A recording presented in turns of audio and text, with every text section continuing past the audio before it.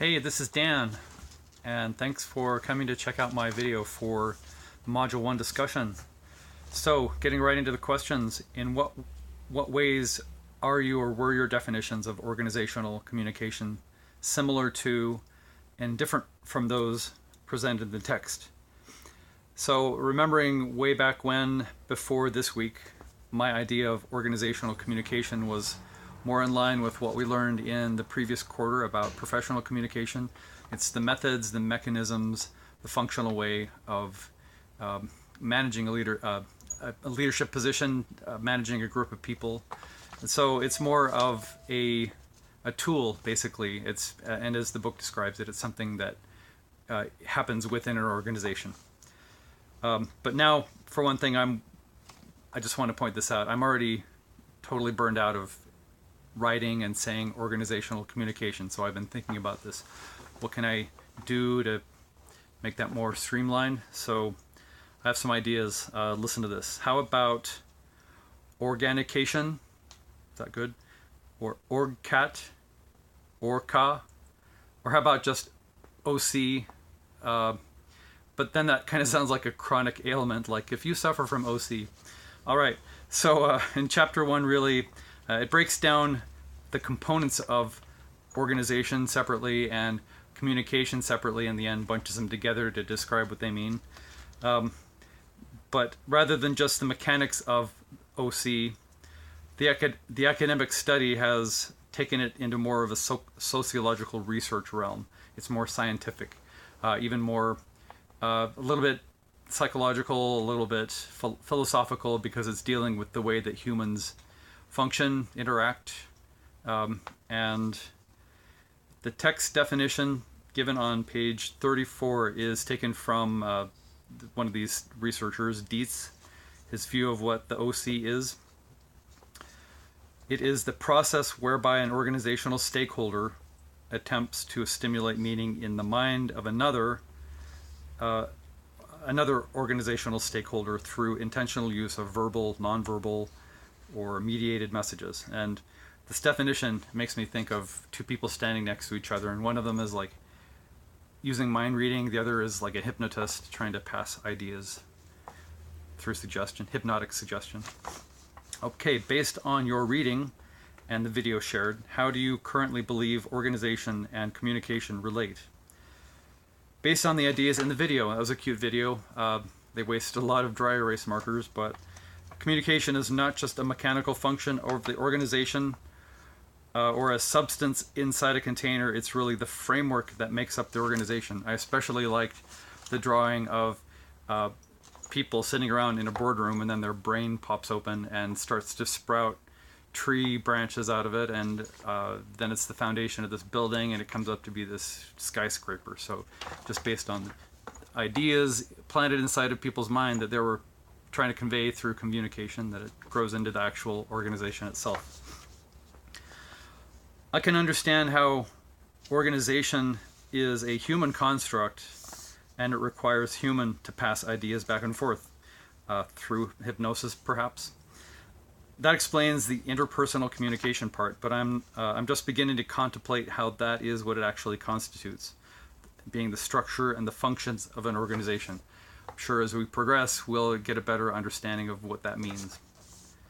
So now, as an example, I can talk about my own involvement with an organization. It's called the Spokane Astronomical Society. I'll put in a plug for it. It's one of the available nerd clubs in Spokane. And naturally, there are cool things to look at with telescopes on your own, just apart from any organization. But people like to talk about their experiences and share techniques. And it's a lot more fun to go out together at night, drinking some beverages, staying up till 3 a.m. Everyone is using red flashlights so you don't ruin the images you're taking on a camera, or you ruin your night vision. Anyway, without the club members, there certainly would be no club. I mean, there's no organization there without the humans to constitute that organization. So fundamentally, you need the people to have an organization, and what do humans do but communicate? So the structure of the club was created and is maintained by humans and relies on nerds interacting and trying to communicate with each other. Come on out. We're having a meeting tomorrow night, Friday at 7:30 at the planetarium at SFCC. See you there. All right, what were the three most important concepts presented in the first chapter of our text? So I'm going to cheat, actually starting in the preface of chapter 1, preface to the book, actually. And this is on page 3. The authors mention that the field of organication has had, quote, an interesting history over the past century. The academic views of the components have evolved a lot in that time. Previously considered just a function of managing groups, the study has gone a lot deeper. So like I mentioned before, it has elements of scientific research, whether that's from the sociological standpoint or the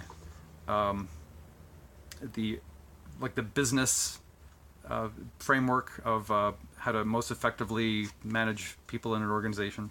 So it's taken on much more than just a tool to accomplish a task. It's much more related to the core of what it means to be human. Okay, so next on page 7, there's a perspective on how actual quantity, a factor, a proportion of our lives is spent interacting within organizations, whether it's for work, home or family life, being involved in the city, in your community, or interacting online, whether that's playing games or socializing. The authors estimate that about a third of our lives is dealing with organizations, but I think you could say that it's a lot more. The ways that we're connected in the world, especially online, we are interacting with other people and organizations throughout most of our waking lives, so it's way more than a third of our lives. And they were using that fact to make the point that it's really something significant in our lives. It's something that we are involved with a lot. Let's say 50-60% of our lives is dealing with organizations, so it's actually directly relevant to us to understand it and to be good at it. Okay, so for my third concept, human communication, as described on page 26, is closely related to organication, as described on page 32. And it's basically where one individual, or you could say it's a committee, an organizational unit, a branch in Denver, a different competitor, all these different things, attempts to stimulate meaning in the mind of another. You could argue that human or interpersonal communication is less professionally oriented, and the OC is more objective and standardized, but the fundamental idea is the same, that it's being carried out by humans. All right, this has been great. I look forward to your comments. Bye-bye.